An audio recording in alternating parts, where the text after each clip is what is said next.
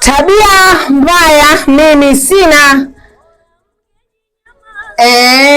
na wala msipende kunipakazia tena. Kama mmekosa la kusema ni bora tu mkajinyamazia, na si vyema kunipakazia vitu ambavyo havina msingi. Tupo kwenye mkata shombo, tupo kwenye mkata shombo kwa siku ya leo bwana.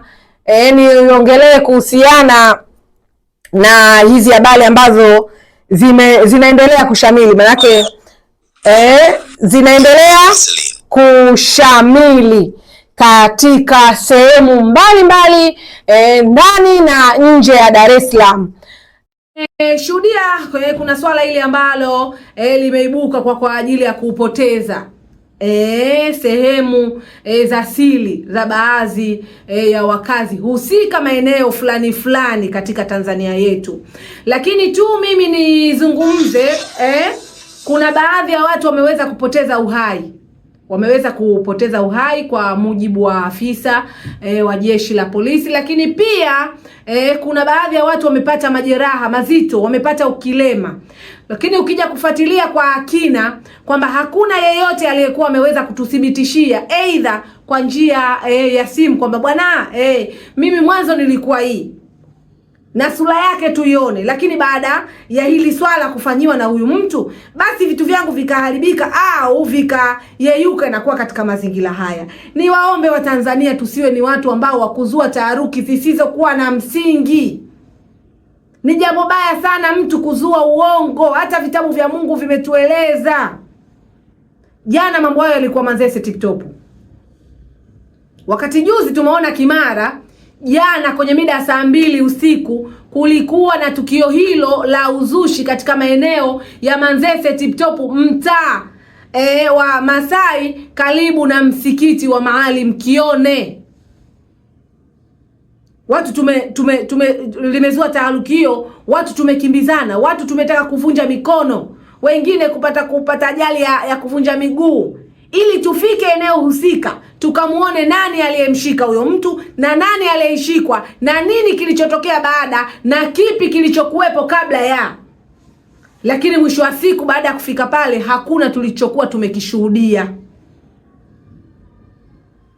Kwa hiyo yule ambaye aliyokuwa amedhaniwa angepotezewa maisha au angetiwa ukilema, kwa sababu sasa hivi watu wa Tanzania tuna ile swala la mihemko kwamba kuna jambo hili basi na mimi nimo. Kuna hili hata mwizi anapokamatwa ni vyema kwanza ukamuhoji. Kuna baadhi ya wanawake pia wana tabia hizo za kuwasingizia, au wanaume wengine wao ndo wanaiba alafu wanawasingizia wanawake. Kwa hiyo unapomuuliza mtu kwa umakini unapata njia, kama kweli mwizi aadhibiwe na kama si mwizi basi aepushiwe na yale maswala. Ni waombe wa Tanzania kwa ujumla tuachane na propaganda ambazo zinazoendelea. Mimi sitaki kuamini hilo swala kwa sababu jana nilipokwenda sijaona huyo mtu akinionyesha hilo jambo kabla ya alivyokuwa na baada ya kusemea vile ambapo anavyoashumu kusema kwamba ameshikwa bega na sehemu zake zikawa zimefanyaje, zimepotea. Taarifa ya kwanza nilipotufikia maeneo ambayo karibu na hilo tukio lilotokea maeneo ya msikiti kwa Maalim Kione, mimi nilivyokuwa nimeambiwa nilimwona mtu amevaa kwenye kiuno chake kufuli amefunga na pini ameifunga kwenye suruali yake, usawa wa zipu, kwamba anaogopa kuibiwa vitu vyake. Lakini nilijaribu kufika mimi mwenyewe, nilijaribu kufika hapa, naona kidogo nikijaribu kuplay mazungumzo yalivyokuwa watu wanaongea pale na kuwauliza maswali hapa na pale, je, ilikuwaje, mlishuhudia? Hamna, sisi hapa nini katuambia tu ndo sisi tukamuunganishia. Jamani, tutaua watu ambao hawana hatia. Kuna baadhi ya watu wengine wana matatizo ya kichwa, kuna baadhi yetu tuna homa ya kichwa, tuna homa ya akili. Sasa unakwenda tu unamkuta, kwani leo hii watu kusema kupita barabarani mtu akakushika bega, umeona leo hii?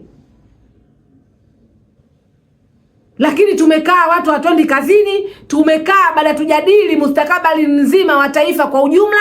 Tunafanyaje huu mwezi wa 4 makodi yanatakiwa yalipo ya majumba mpaka watoto wetu. Kuna miula mitatu watu tunatakiwa tulipe. Baada ya kudiskasi vitu kama hivyo, tunakaa kuanzisha vitu ambavyo visivyokuwa na msingi na kuwapatia majeraha, maumivu mazito watu ambao hawana hatia kwa makusudi. Hivi huyu mchawi alioanzisha ili balaa ameanzisha leo?